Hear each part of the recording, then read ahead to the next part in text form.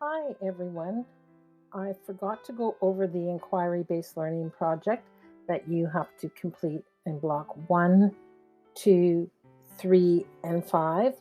I took it out of block four based on feedback from previous courses that completing your inquiry based learning and your independent learning project, which is the lesson plans for part two and the leadership project for part three. So I for that's just too much work. So I omitted those activities. So get to your inquiry based learning.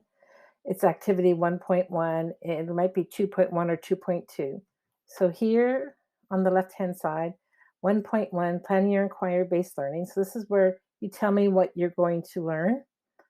And 1.7 in this block, you're going to share. So this is how you come up with your question. So you have to come up with a question based on what you want to learn about. It doesn't have to be based on your school learning plan or your board learning plan. It's about what you want to learn. So if you're really interested in mental health and special education, then you're going to research that. If you're really interested in learning about First Nations, Métis, and Inuit, and cultures and ways of learning and special education, that's what you do. So it's all about what you want to learn. So I'm going to click on 1.1. There are three ways you can come up with a question. The first one, I have an example here using an OCT guideline. You're going to click on Special Education Part 2. Now, in here, on the document, it says page 9, but actually in the PDF, it's actually page 12. So I'm going to scroll down to page 12, if it lets me. There we go. There we go. A little bit.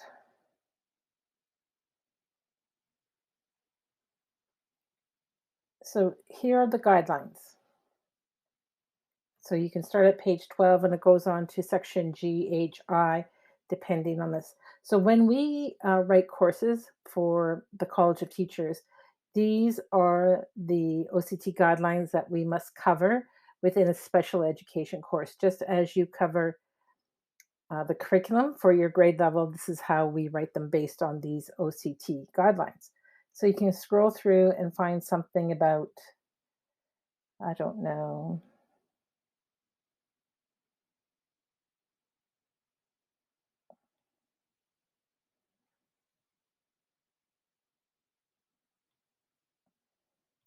so me, I would like to learn more about,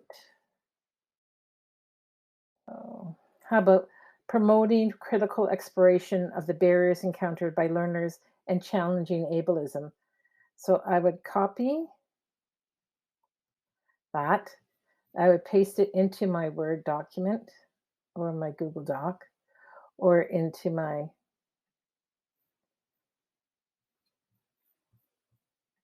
let's go there.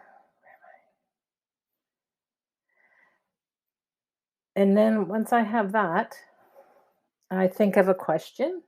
So here I looked at the guideline on page 17. So please include the page number, collaboratively designing, integrating various blah, blah, blah, blah, blah. And here is a question I'm going to use. Oh, no. And then I develop a question from that. And then 4 to 5 resources that you will be reading. They're evidence based resources such as books, research articles. Some blogs like Edutopia are good. Websites, as long as they're evidence based, information in the website, such as Reading Rockets, you could use those. So that's one way to develop your question. The next way is to use the inquiry questions that are at the beginning of the block. So I'm going to go back to the block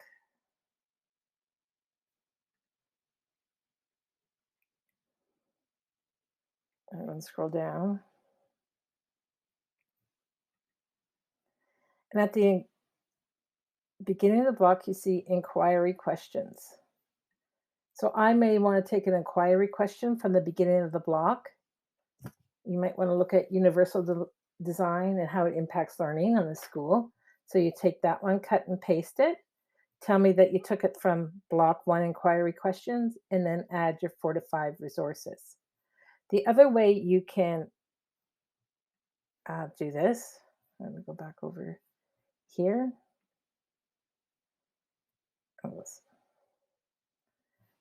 The other way is using a big idea. So we're going to go back to here. I'm going to go to the big ideas. So every block has big ideas inquiry question. I could choose a big idea from the block. Then the big idea I chose was this. The query question I decided was this, and then list your 4 to 5 resources. So every block, well, not every block 1, 2, 3, and 5, you'll be doing this. You can keep the same question if you wish, if you want to do a deep dive into that topic for all of the blocks, except you need to submit different resources that you're reading. This is worth 5 hours of time of the course. So the resources that you pick could be different.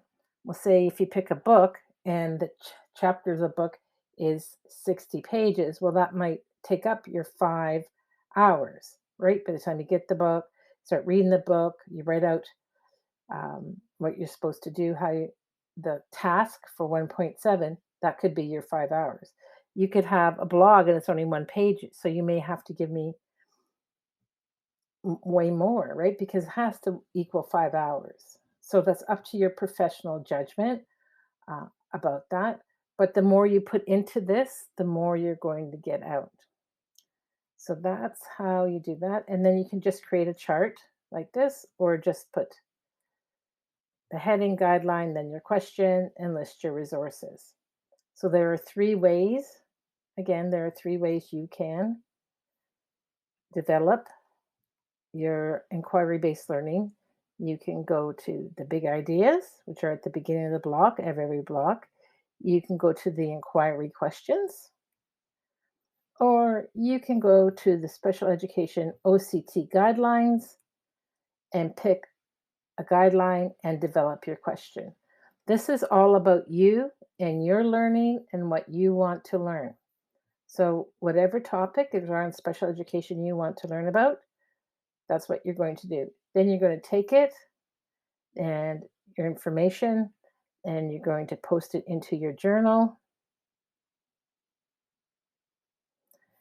right here. So if I was going to do a guideline, I go up to the guidelines. I'm just going to do this one. And it's on page 14.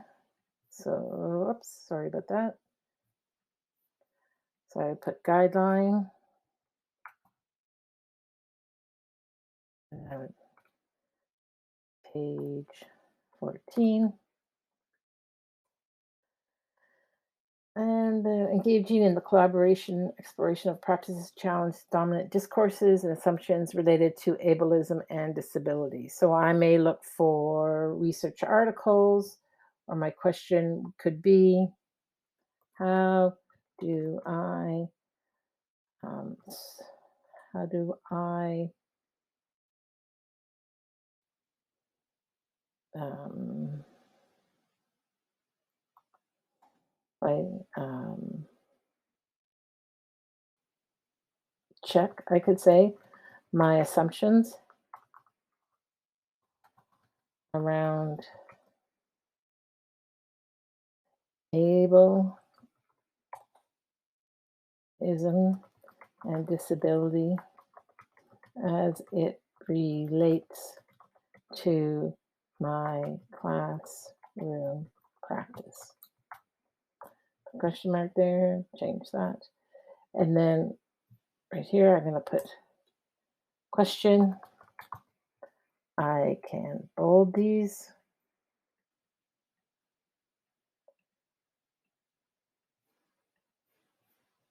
And then the next thing I can do is resources. So I'm going to bold resources.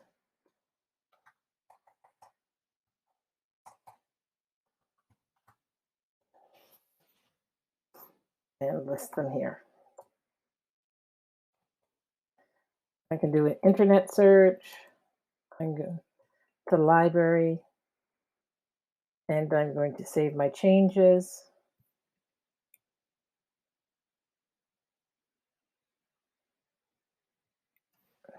and then I get to see my question here.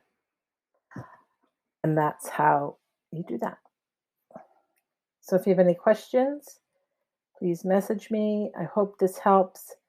I'm really sorry that I forgot to do that last night, but hopefully this will help you with your activity 1.1 in block 1 and block 2. It is activity 2.1. And then you share your learning in 2.6. So all I need from you is that what you're going to learn and your list of resources for this activity for block 1.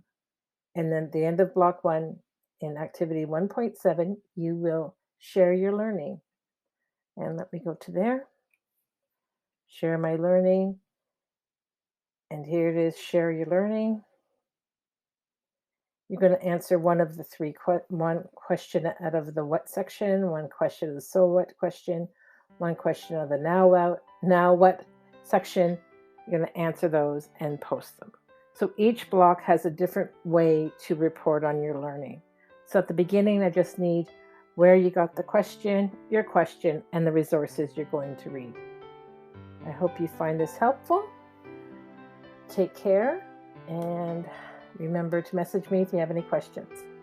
Bye for now.